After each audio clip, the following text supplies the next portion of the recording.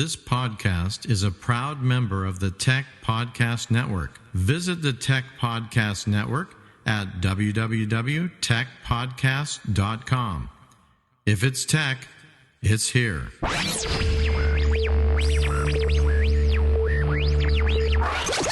Welcome to CalCast, your Create International podcast.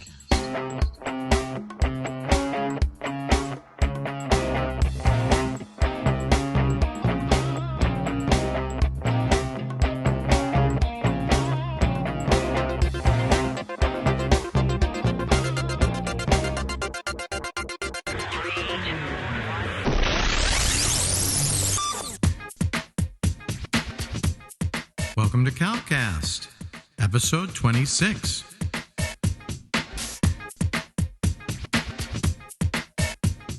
Welcome, CalCast listeners, to another episode of CalCast, the podcast about how God is using new media and technology for missions today.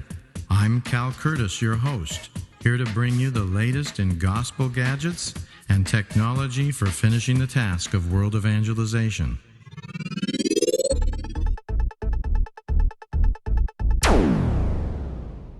I just wanted to read to you a message that was left on our comments section in the CalCast website that was very encouraging to us, and it was written by a man named Jonathan, and he says this: I just wanted to write and say how much I enjoy your podcasts.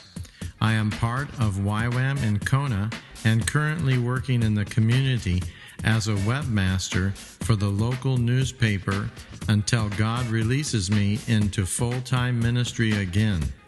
Your podcasts are very encouraging and inspire me to continue my work in the arts in missions. I was privileged to attend an all-Asian YWAM conference back in 2004, where I met some of your staff and was able to talk to Shirley about her Tibetan storybooks, which I see have been impacting the nations.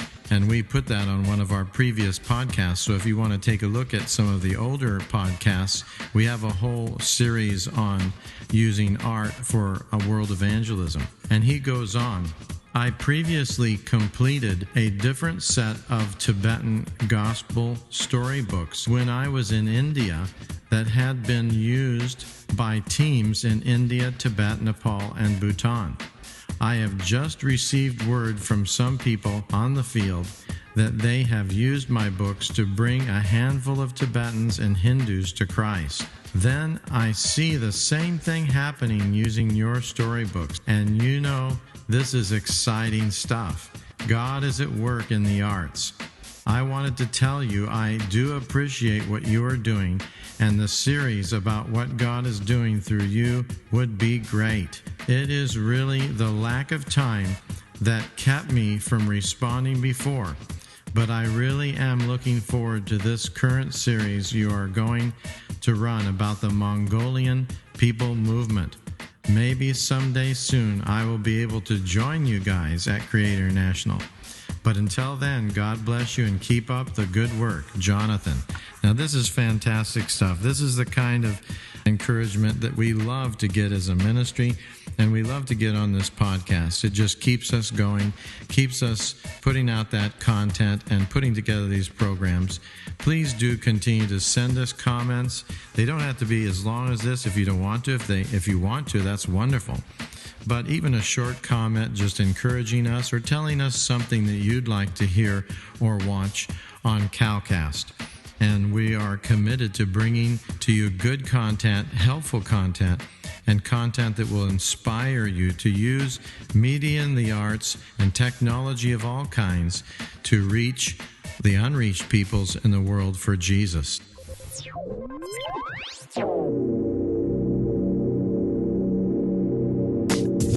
This podcast is proudly listed at podcastpickle.com.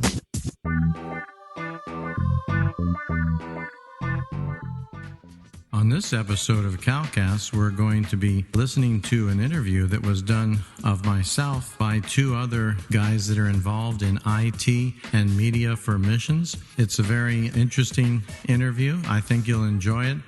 We talk and discuss a lot about how media and how the internet and other kinds of technology can be used to reach the world today for Christ. And I think you'll be very interested in this interview, and there'll be a lot of things in it that you can unpack and get a lot of enjoyment out of and a lot of information out of that might help you in your work. Also, right now, the CES is going on, which is the Consumer Electronic Seminar gathering that's happening, and it's a huge thing. It's probably the biggest annual gathering of companies that are creating technology for people, for consumers. And so a lot of really interesting new technology and gadgets will be coming out of that. It'll be interesting to see what could possibly be used from that for the whole area of reaching the world for Christ and doing evangelism cross-culturally in other languages and so forth, which is what this podcast is all about. So as the days go on, as the weeks go on, I will be introducing you to different kinds of gadgets and different kinds of new technology and new media that can be utilized or is already being utilized for missions to enhance our personal witness when we go cross-culturally. I hope that you enjoyed the video, the short video that I put on the podcast RSS feed, which shows a little bit of an example of some of the resourcing work that we're doing for missionaries. During that particular time, we resourced over 200 young short-term missionaries going into 97 different nations, including Indonesia. We actually put 4 gigabytes of evangelistic media on about 30 laptop computers and over 30 iPods and a Zune and some other PDAs and telephones, so that these young people could actually use this media in different languages that they themselves don't even speak, but they could use it to witness and share about Jesus in the language of the people that they're working with. So that was really exciting. We're already getting reports back from that it's really going great, and they're having good response, and even sharing with Muslims that don't speak their language. And so this is sharing the gospel in their language, so they really can leave themselves a witness behind and pray that God will move upon their hearts. So this is pretty exciting stuff, and we'll keep you informed as more reports and news come in.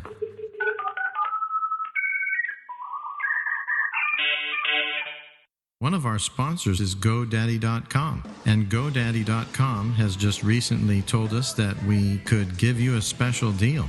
If you click on the GoDaddy.com icon on our website and go to GoDaddy.com, anything that you purchase there, you can get a 10% discount if you put our promo code in there. Our promo code is CJC, and then the word SAVE, and the number 10. Again, that's CJC, SAVE, and the number 10. And then you'll get 10% discount off of anything that you order through GoDaddy.com. Visit GoDaddy.com today and get all of your internet needs taken care of.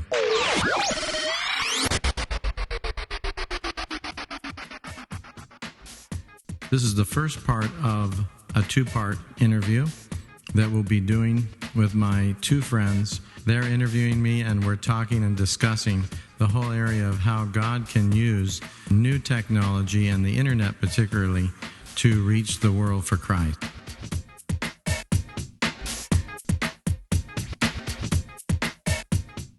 We thought we would get together with you, Calvin, and talk about, I know one of the things that's really on your heart is web evangelism, internet evangelism, however you want to put it. Just a little brief introduction. So, Calvin, you and your wife, Carol, started Create International, which is like a media organization. You're creating culturally relevant videos and audio projects. Yeah? Yes, that's right. Yeah, we're a ministry of YWAM. And both my wife and I have been in YWAM for almost 30 years. Wow. And we started this ministry about 20 years ago. Okay. And you get these media projects into some of the lesser reached nations of the world, yeah? Yeah, that's right. Our main focus is unreached people, so people who don't have an opportunity to hear the gospel at all or very little. those are the ones we focus on, and we do evangelistic films and all kinds of tools that help the missionaries be able to reach them. Wow, that sounds really exciting.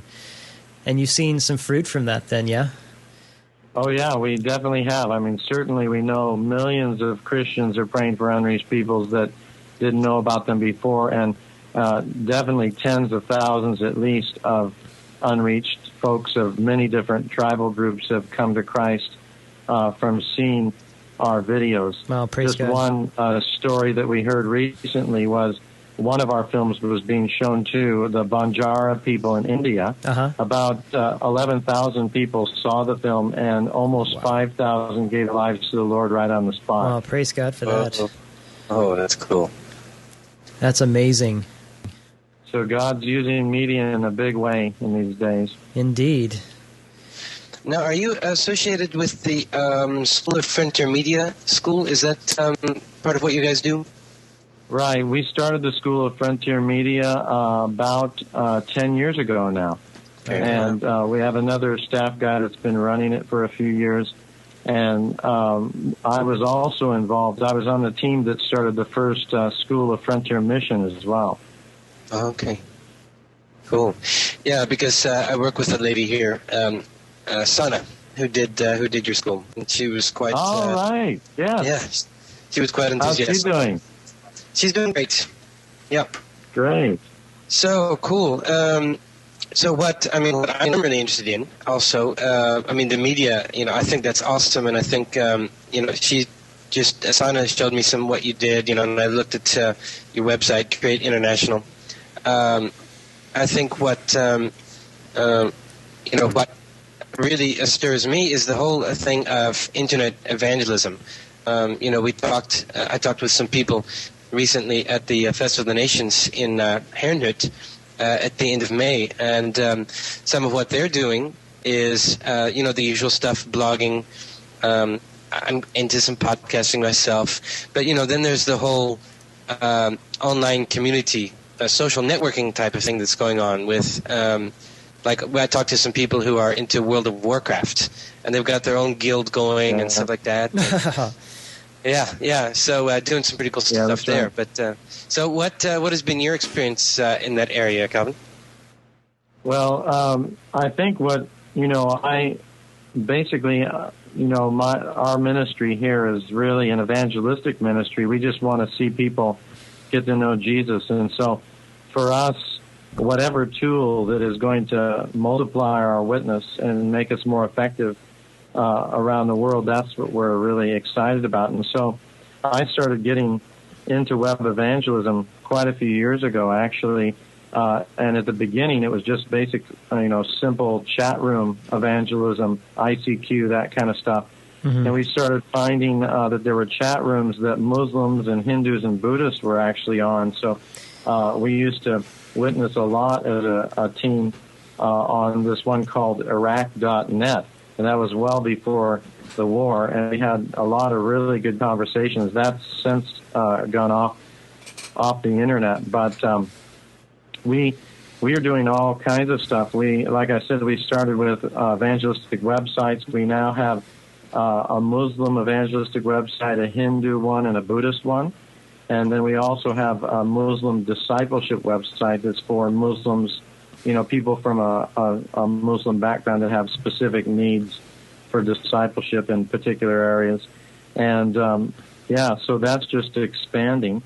And, also podcasting we've gotten into for evangelism and mobilization. And we're starting to also get into something new that you folks have maybe heard of before. It's called Second Life. Okay. And Second Life, is for the audiences that might not know, is basically a 3D world that you can go into, create your own avatar of yourself, and you can even spend money if you want, if you've got money, and buy an island or something and create your own world. Well, what we do is we go in as teams with maybe 2 people per computer, and we'll get in maybe as a team of 5 or 6 people, and we'll just go into different worlds and witness to people. Wow. And we've been having some amazing results Really? from that. Yeah, we just had the Broadcast Cinema DTS here in Perth on outreach. Okay. And they said, hey, I taught in their school. They said, can we come by and do something with you? And I said, yeah, how about some, internet evangelism? They said, cool. So they came over. They all had Macs, of course, smart people. So we downloaded the software and we got them going on Second Life. And they all were having great talks. One group was talking to a Baha'i guy, another one a Muslim guy, and of course they don't look like that when you see them. They're dressed different ways, maybe. Yeah. But that's a great way to meet people and interact as well. Wow. So we're doing just about anything that comes our way. So people are pretty open then in those worlds, then, huh? Well, it's just like any other evangelism. You meet people on the street. Some are open, some aren't. Some are there to go to the restaurant. Some are just lonely people. And I think you have to do the same as what all of us are trained in terms of street evangelism. You do the same thing. You're praying and you're just asking the Lord to lead you to the right people. And then you just, build a friendship and start sharing about the Lord. And so, yeah, it of course is wrought with all of the, normal kinds of pitfalls that you can have on the internet. Sure. But if your heart is right, there's some tools out there that God's given us that are really powerful to reach people that otherwise might not be reached. You mentioned street evangelism, and something that I've been thinking about is it seems like the quote unquote drama on the street, sharing your testimonies on the street, doesn't seem to be as effective as it used to be. I mean, do you think that there's some way of maybe transferring that kind of a thing into the online community? Well, certainly, I think, yeah, it's possible. I mean, I would love to see lots of YWAM bases and ministries out there, getting in teams of folks and literally flying, because you can fly in Second Life, flying to different worlds and meeting people and witnessing, sharing with people, and other forms of web evangelism. I think every YWAM base ought to have at least one evangelistic website if they're serious about reaching the world for Christ. Uh-huh. I think there's many opportunities on the internet. I don't think we should necessarily stop doing street evangelism or something, but certainly we need to be careful to look at what's the appropriate means of evangelism, We shouldn't just do things because we've done them in the past. Sure. We need to really look at it and really evaluate, is this effective in this cultural context, or is something else more effective? Yeah. My assumption is that when street evangelism came around, that was something really radical, Yeah, that's right. But, of course, people have been doing street evangelism for hundreds and hundreds of years, Okay. And, That's true. But maybe not the way YWAM does it necessarily. Yeah. But I think as we go out into the unevangelized world and we're in situations where we don't speak the language or whatever, people are still trying, unfortunately, to do the same old street, dramas and boot scooting and whatever they, can do.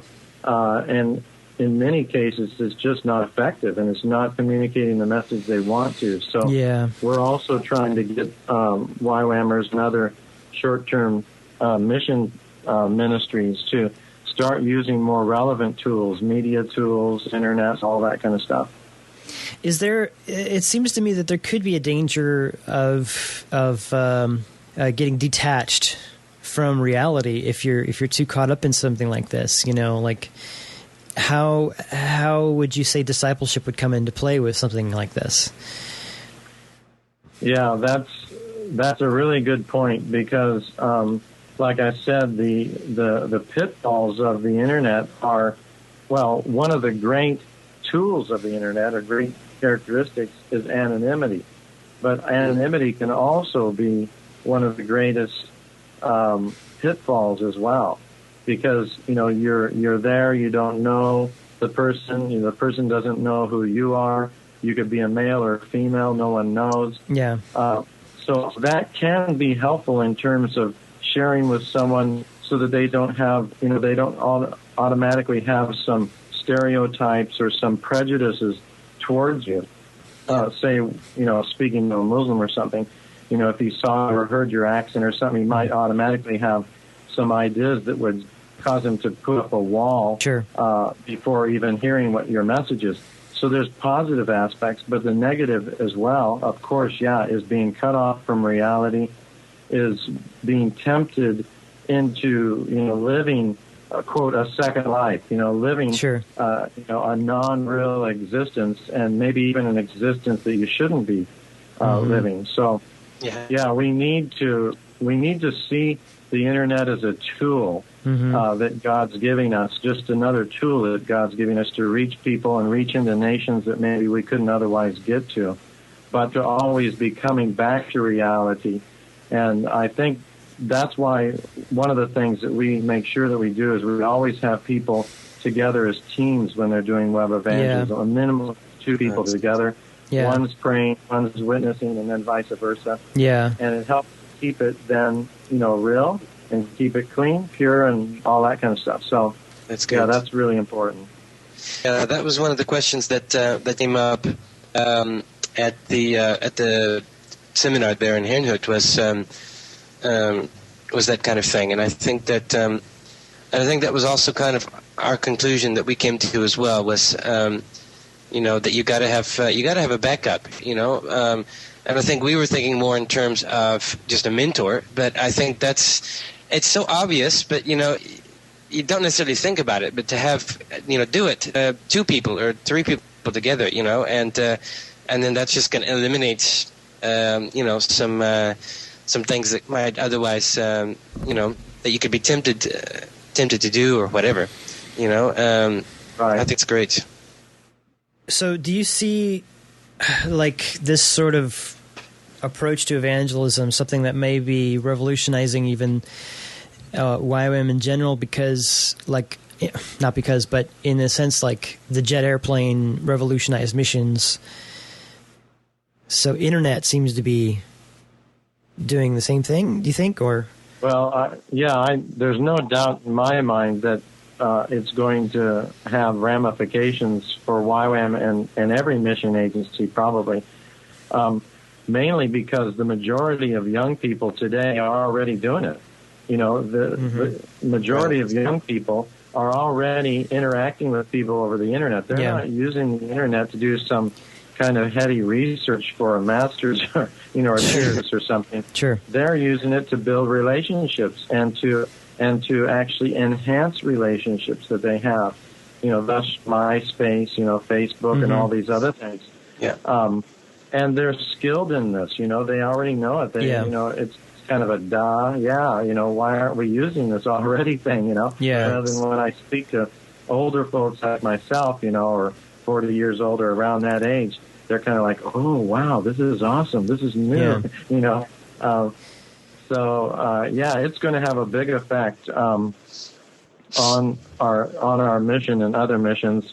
I think a taste of that was Genesis, but that was just a taste, because now on Skype or other TalkShoe and other kinds of software internet experiences, you can get just as good an experience as you can paying thousands of dollars and having Genesis. So that's going to radically change Genesis as well, I think, in our mission.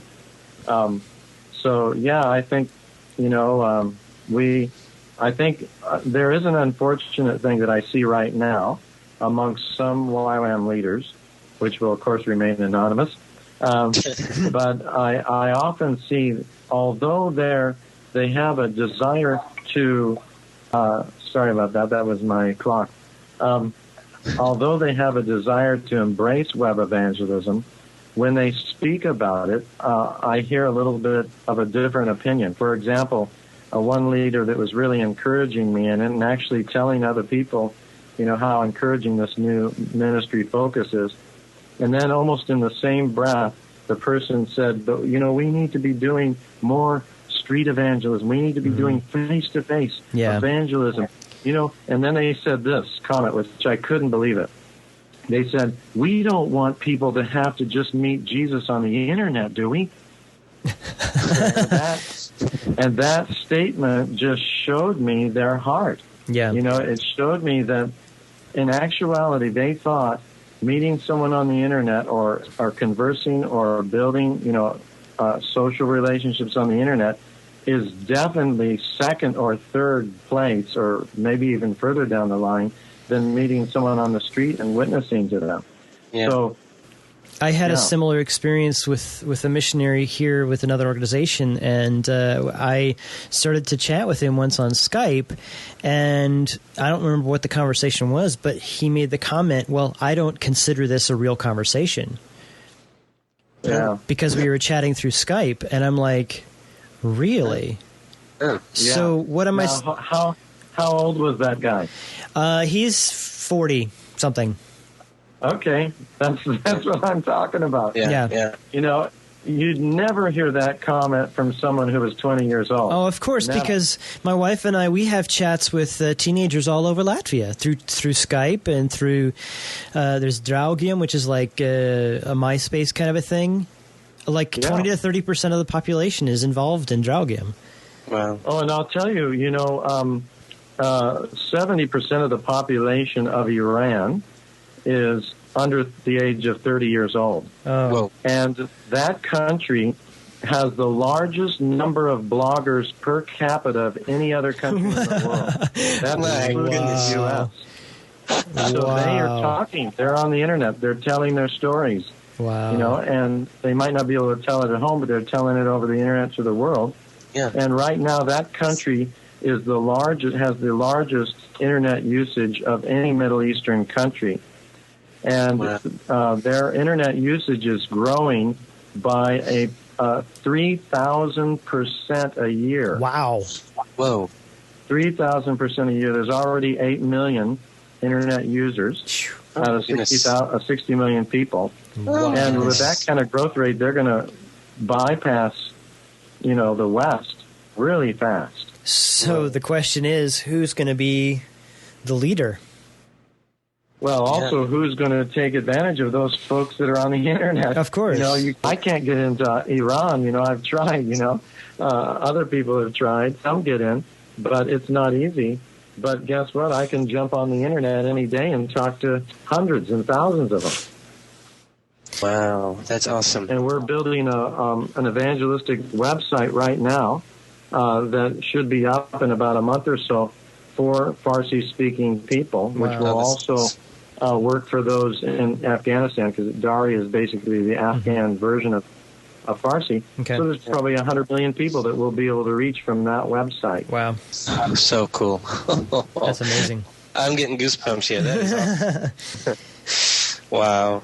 Who would have ever thought, I mean, we see, of course, obviously, it was started before our time, before at least mine and Chris's time, what Chris mentioned about air travel, how that's kind of revolutionized, but I see that it seems to me like there is a trend, maybe not, but it seems to me like air travel is getting more expensive, it's getting more difficult, what with security things, countries are not letting you in as easily. I mean, I look at the Netherlands here, and especially the policy over the last few years has been very strict about letting people in. Asylum seeker policy. Countries are cracking down, and I think that obviously if you're from a certain country, you'll probably always be able to get in. But it's like you say, me as an American trying to go into Iran, it's going to raise all kinds of flags, but if I'm out there on the internet, then wow, that's just really cool. It just blows me away. Yeah, that's the other thing, is that many of these countries that are a bit repressive in their form of government, they've been able to control their people for many, many years because they control knowledge, they control information. Yeah, when the internet came out, that changed everything.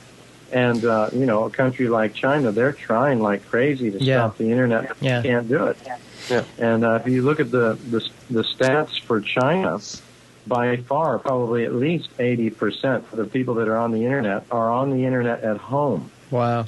Whereas in other countries, cyber cafes are where Sure. people are on the internet, but not in Sure. China because the government can crack down easily on cyber cafes, but a lot harder on homes. Yeah.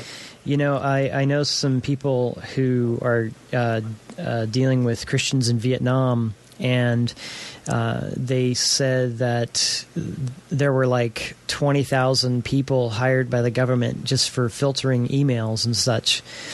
Yeah, I mean that's that they're trying to filter it out, but it's just I don't know that it's possible unless you just shut it down.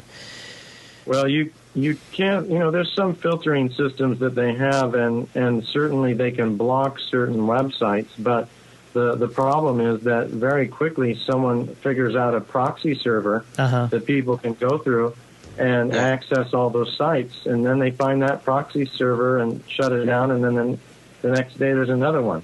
So it's really, really difficult for them to stop what's going on. That's the nature of the internet, is that it's like YWAM. It's decentralized. Yeah, that's right. And decentralized, unorganized, and effective. Yeah.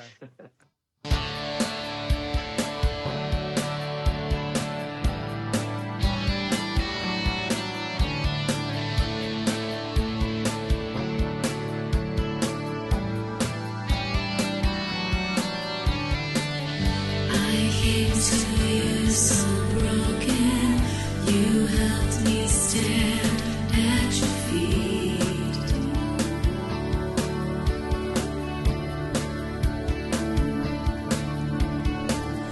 When I spoke, you listened, you made my life so complete.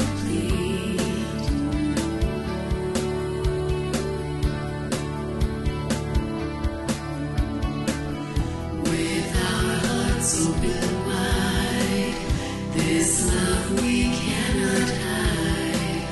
We stand up and we sing to you. Today I sing you praises to give you thanks for all I see.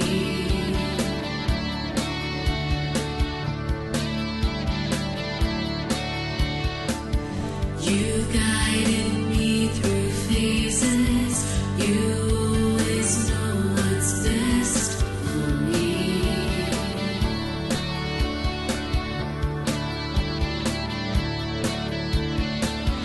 With our hearts open wide, this love we cannot hide. We stand up and we sing to you.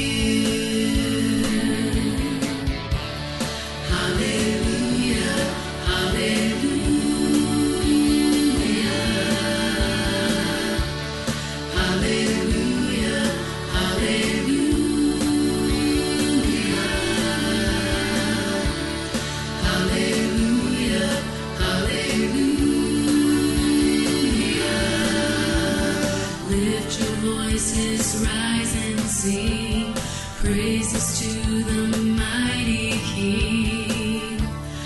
Hallelujah, hallelujah.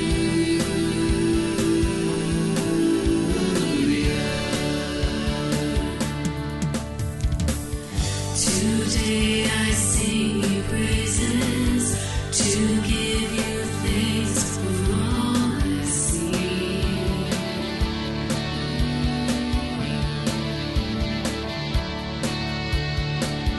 You guided me through phases.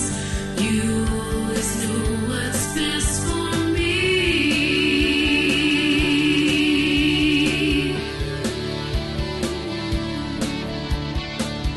With